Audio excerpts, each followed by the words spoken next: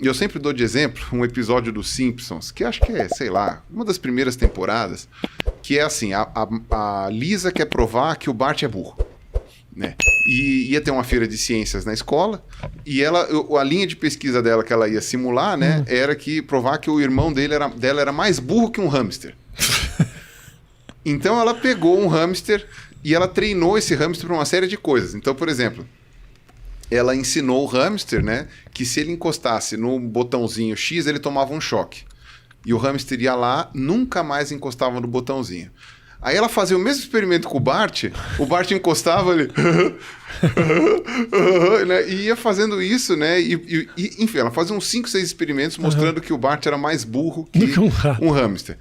Aí ela escreve, compila, só que o Bart, ele tem acesso a essa leitura antes dela apresentar. E aí ele fala, pô, ela tá me chamando de burro.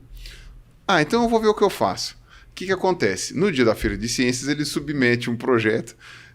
Hamsters podem andar de avião? E o que ele faz? Ele veste um hamster com uma roupinha de aviador, coloca num aviãozinho miniatura, tal, não sei o quê, e as pessoas acham ultra fofo. Então, antes dos avaliadores chegarem no projeto da Lisa, eles dão o primeiro prêmio pro Bart e falam assim, é muito fofinho, isso é uma coisa muito fofa, ai meu Deus, ai que bonitinho, toma. Né? E aí ele ganha, né? E ainda chega pra Lisa e fala, quem que é o burro? Né? E isso... Essa é uma metáfora do... E para mim é uma metáfora, tipo forma versus conteúdo. Já que as pessoas vão acreditar no que elas querem acreditar, aquele que apresenta isso de uma maneira mais bonita, ou mais... Não precisa nem ser bonita no sentido estético, mas de uma maneira mais eficiente. Exato. Então, aquela coisa, né, que a gente vê da forma que a mensagem é passada, ela é muito mais importante do que o conteúdo. Então, é por isso que vários formadores de opinião do YouTube tiveram sucesso sendo agressivos, por exemplo. A agressividade, ela engaja mais do que o paz e amor, ela entendeu? inflama, né? Às vezes você fica revoltado com coisas que você estava cagando. Até 5 minutos atrás você viu o vídeo e você fala, é verdade, puta que pariu. E tipo, você está sendo manipulado, né? Manipulado porque essa pessoa, conscientemente ou não, porque também não são pessoas lá muito brilhantes, né? Conscientemente ou não, elas pegaram no nervo, que é a maneira como o cérebro processa de que você consegue se engajar. Então, o que as redes sociais conseguiram fazer, né? Porque a mídia sempre fez isso, né? Você trabalhou com mídia um tempão, tal, você sabe que a mídia sempre fez isso.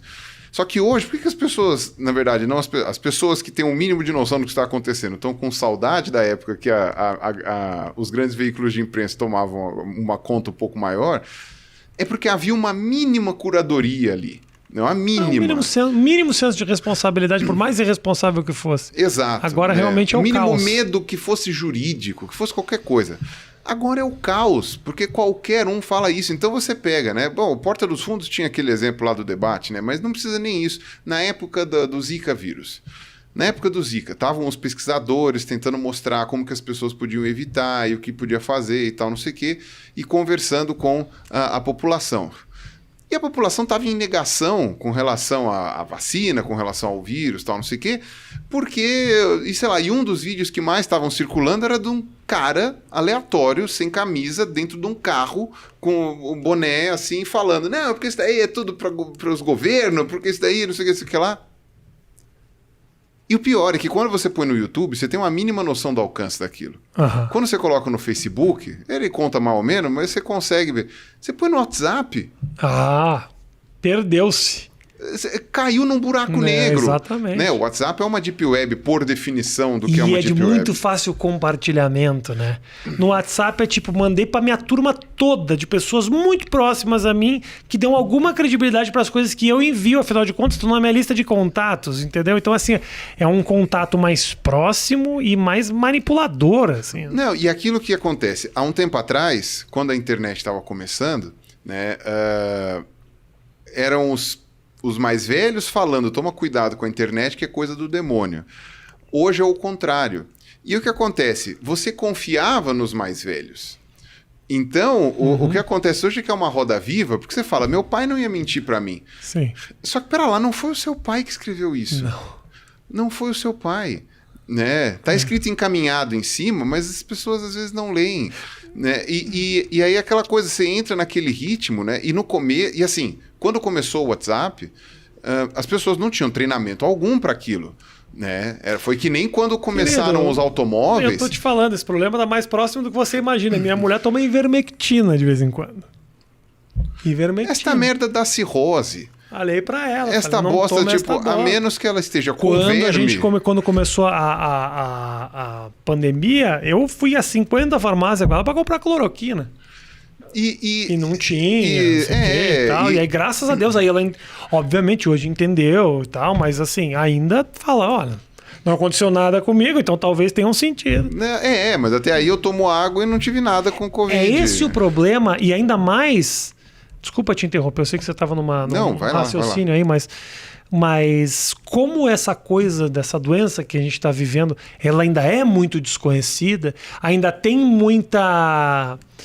há muita pesquisa sendo feita até para poder resolver ou tentar de alguma maneira minimizar o problema. As vacinas, a gente descobre que deu um problema aqui, deu um problema ali, que aliás, surpreendente o quão pouco problema está dando. Exato. Que poderia ter dado problemas terríveis. Foi pela emergência mesmo. Então, né? de forma foi tudo emergencial. A gente tá, por exemplo, veja a curva dos Estados Unidos, que vacinou pra caralho. Eu olho todo dia, porque vejo a hora de poder voltar pra lá, mas eu vejo a curva, tipo assim, hoje as pessoas dos Estados Unidos estão voltando aos eventos de basquete, UFC, não sei o quê, a vida tá voltando ao normal, por uma vacina emergencial. Mas como fica com essa nuvem do tipo, ninguém sabe direito o que é, as criações, elas tomam vida. E os exemplos descontextualizados, eles viram verdades. Então assim, porra, como é que não deu certo? A minha tia tomou a cloroquina e ela curou. Então assim, não custa nada. E aí você começa a descobrir que as pessoas que tomaram esta merda começam a ter infarto, começam a ter derrame, começam a dar uma série de efeitos colaterais. Nebulização com cloroquina. Matou 5 em Porto Alegre. Você fala, porra, brother. Que legal. Ozônio no cu. Não, isso aí é gostoso. Isso aí não critica, não. Mas pode matar também. Mas morre feliz. Mas é aquela coisa.